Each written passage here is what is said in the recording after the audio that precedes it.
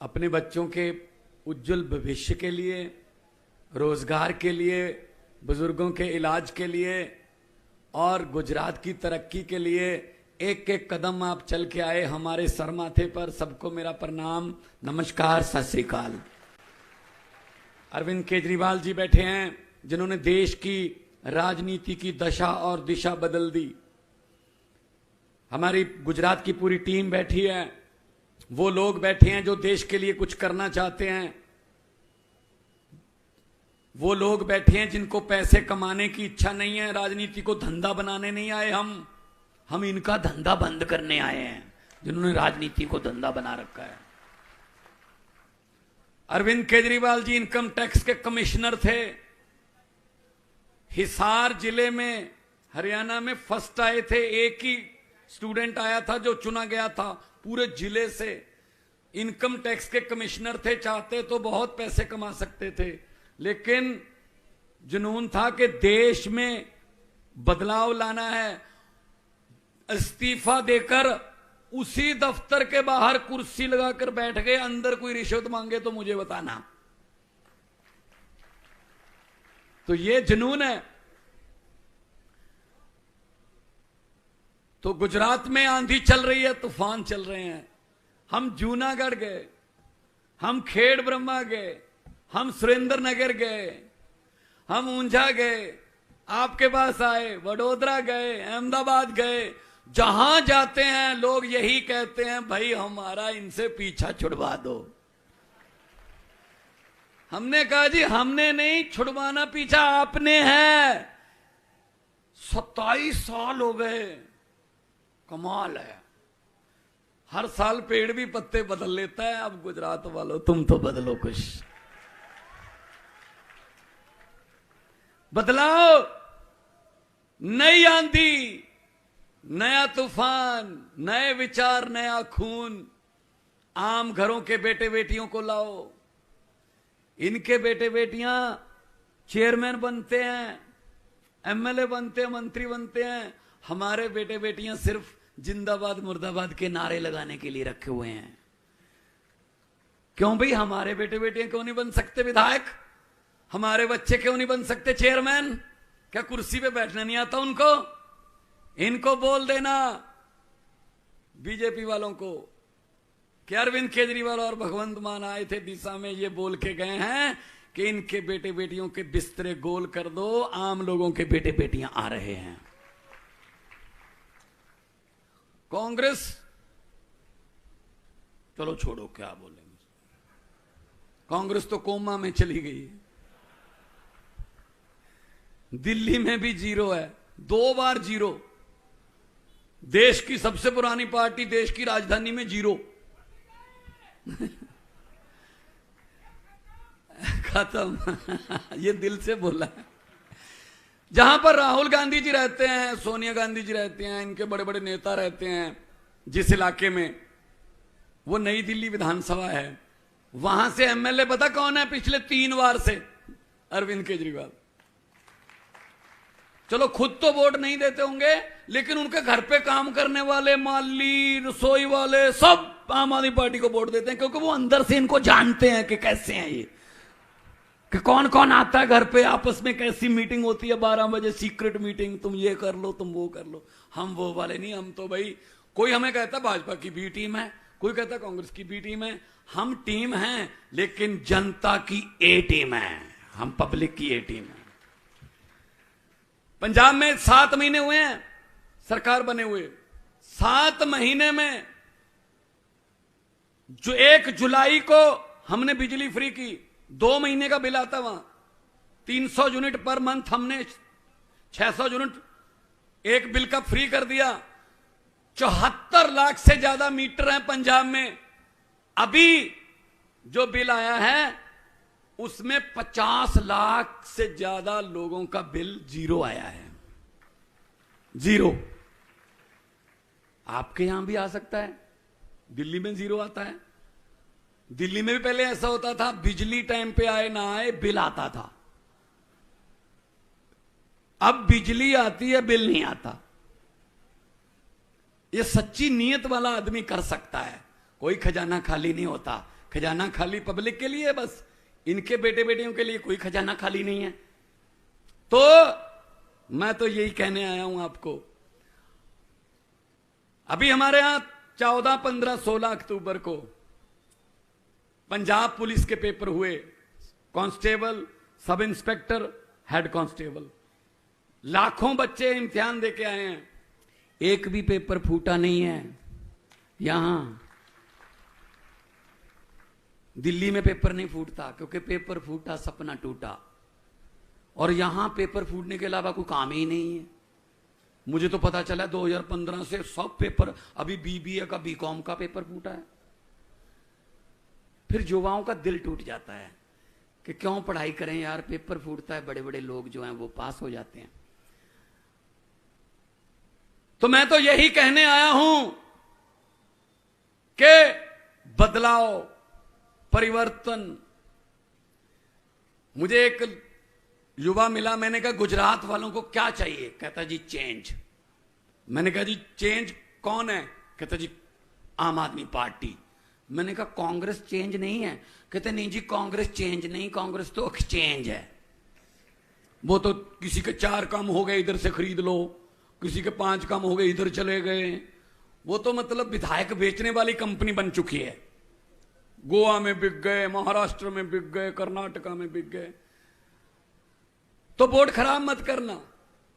बिकने का मतलब है वो आपके वोट की कीमत डाल रहे हैं, वोट की, और वोट की कोई कीमत नहीं होती। ये शहीदों ने, भगत सिंह, राजगुरु, सुखदेव, चंद्रशेखर आजाद जैसे शहीदों ने जवानी में फांसी के रस्से चूम कर हमको वोट देने का अधिकार लेके दिया है। इसको बेकार मत करना, बेकार मत करना। और शहीद भगत सिंह, उनको कभी भी ये चिंता नहीं थी आजादी आएगी या नहीं आएगी। उनको पक्का पता था आजादी आएगी, लेकिन उनको चिंता थी आजादी के बाद देश कौन से हाथों में जाएगा। वो चिंता सही साबित हुई। देख लो 75 साल हो गए, अंग्रेज अभी शर्मिंदा हैं कि हमारे बुजुर्ग 200 साल में उतना नहीं लूट सके हिंदुस्तान को जितना इन्होंने लूट लिया खुद। ये 500 करोड़ का घोटाला, ये 5000 करोड़ का घोटाला, इतने बड़े बड़े घोटाले कि लोगों के भी दिमाग ऊपर उठा दिए। 5-7 करोड़ के घोटाले की तो हम भी खबर नहीं पड़ते, कोई छोटा मोटा चोर होगा, बड़ी बात कर यार, इतना पैसा खा गए ये। मैं तो जब से होश संभाला है, सुबह 9 बजे 15 अगस्त को लाल किले से भाषण सुनता आ रहा हूं। भाई साहब वही भाषण, अफसरों का लिखा लिखाया, रटा रटाया, बेरोजगारी पे चिंता व्यक्त, आतंकवाद पे थोड़ी ज्यादा चिंता व्यक्त, महंगाई पे बहुत ज्यादा चिंता व्यक्त। कहते जी नमस्कार, ये था 15 अगस्त। अरे मेरे देश के वारसों, अब तो लाल किले के कबूतरों को भी भाषण याद हो गए होंगे। अगर हमारी किस्मत नहीं बदल सकते, कम से कम भाषण तो बदल लो। भाषण भी वही चल रहा है, क्यों बदलें, अपने आप बारी आ जाती है।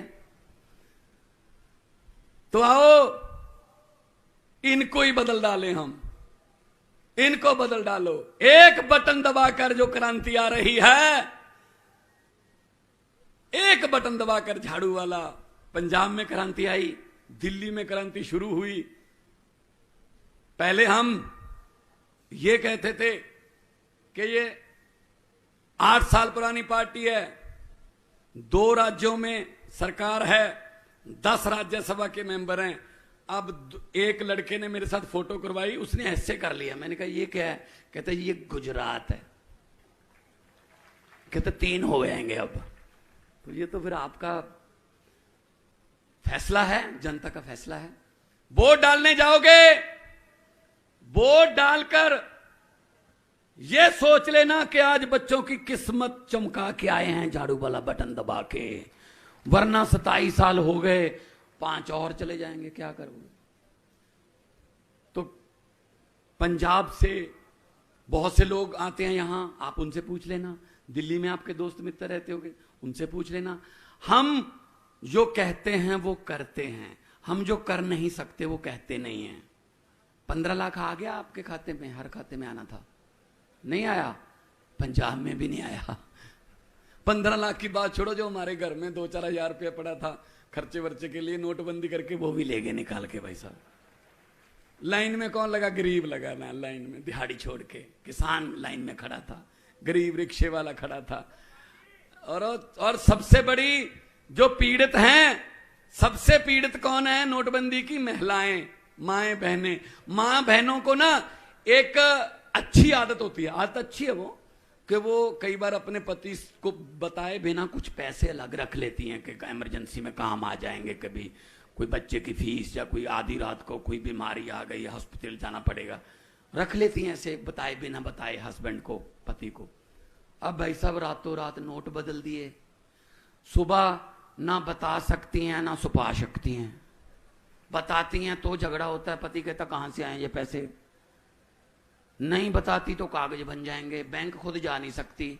मैंने जब पंजाब में एक जनसभा में बोल दिया, तो मैं जब गाड़ी में बैठने लगा, माएं बहनें आई, मेरे सर पे हाथ रख के आशीर्वाद दिया और कहा, बेटा ये नोटबंदी वाली बात बिल्कुल सच्ची है, माइके से बदलवा के लाई हैं।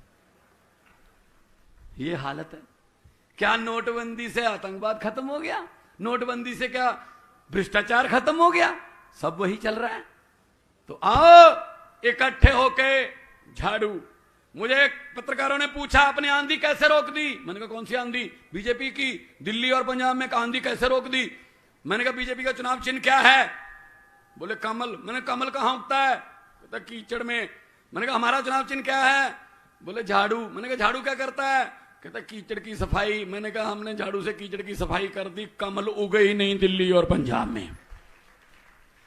अभी कल ही आप इनका हालत देख लो। कांग्रेस का एक मंत्री था, घोटाले करता था खूब, 5 साल उसने घोटाले किए। हमने उस पर उसका नाम अभी जांच में डाला था कि इसकी जांच करो, तो बीजेपी में चला गया। बीजेपी में चला गया तो, लेकिन हमने कहा जी इसका मतलब ये नहीं है कि बीजेपी में चले गए तो साफ हो गए। बीजेपी कोई कपड़े धोने वाली मशीन नहीं है कि दाग धो देगी, तो ये तो होगी। कल क्या किया? 1 करोड़ रुपया लेके, 1 करोड़ की बात कर ली, 50 लाख रुपया लेके विजिलेंस के पास आ गया कि मेरा नाम इसमें से निकाल दो। भाई साहब, जो 1 करोड़ रुपया नाम निकालने का दे रहा है, कितने करोड़ खाए होंगे उसने? तो विजिलेंस ने वहीं पकड़ लिया। भाई साहब आज जेल में है वो। ये है ईमानदारी। कितने खाए होंगे उन्होंने। तो मैं तो यही कहता हूं, जहां भी जाता हूं, ये आएंगे जैसे ईशुदान भाई बोल रहे थे, पैसा बहुत है इनके पास लूटा हुआ, आएंगे आपके पास। अभी आपके दिन थोड़े आने वाले हैं, अभी आपको हाथ जोड़ने वाले हैं, ये आएंगे पैसे लेके। मेरी हाथ जोड़ के बेनती है दिशा वालों, अगर ये पैसे लेकर आए आपके पास, मना मत करना, लक्ष्मी है, आने दो, अपनी ही है। कुछ तो नोट भी पहचान लोगे कि ये तो वही नोट है यार जो पहले भी मेरे पास ही होता था, वहां कहीं बस इनके घरों में जाते हैं ये। हाँ, वो लेकर बोल देना कि हाँ, और वोट वाले दिन जैसे दिल्ली और पंजाब में होता है, कर देना कि हाँ। जो जो समझ गए वो ताली बजा सकते हैं, बाकियों को माफ है। अरे क्या समझदार लोग हैं सर, क्या समझदार लोग हैं। भ्रष्टाचारियों को बोल देना, जो पैसे इकट्ठे करते हैं उनको बोल देना कि जितने मर्जी इकट्ठे कर लो पैसे, हीरे मोती, मगर ख्याल इतना रखना कि कफन पे जेब नहीं होती, सब कुछ यहीं रह जाता है। गरीबों की बद्दुआएं मत लो, गरीबों की बद्दुआएं मत लो। तो दोनों हाथ ऊपर उठाकर 2 नारे लगाएंगे। भगत सिंह जी नारा लगाते थे इनकलाब जिंदाबाद का, इनकलाब आजादी, इनकलाब बदलाव, वो ये भ्रष्टाचार से बदलाव, ये माफिया राज से बदलाव। तो उनकी आत्मा को भी थोड़ा सुकून मिलेगा कि हैं कुछ अभी जो जिन्होंने इनकलाब जिंदाबाद अभी छोड़ा नहीं है। दोनों हाथ ऊपर उठाकर इनकलाब, थोड़ा सा और ये टीवी में जाएगा, इनकलाब,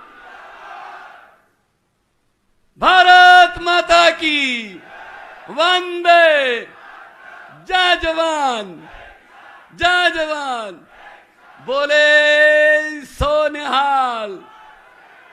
बहुत बहुत धन्यवाद, आपने इतना प्यार सत्कार से मुझे सुना। बहुत बहुत तरक्की हो, तंदुरुस्ती हो। खूब खूब आभार सरदार भगवत मान साहेब नो કે ખૂબ સરસ એમને આપણને માર્ગદર્શન આપ્યું। હવે આપણા દેશને આઝાદ થયાને 75 વર્ષ પૂરા થાય। इलाके के भारी संख्या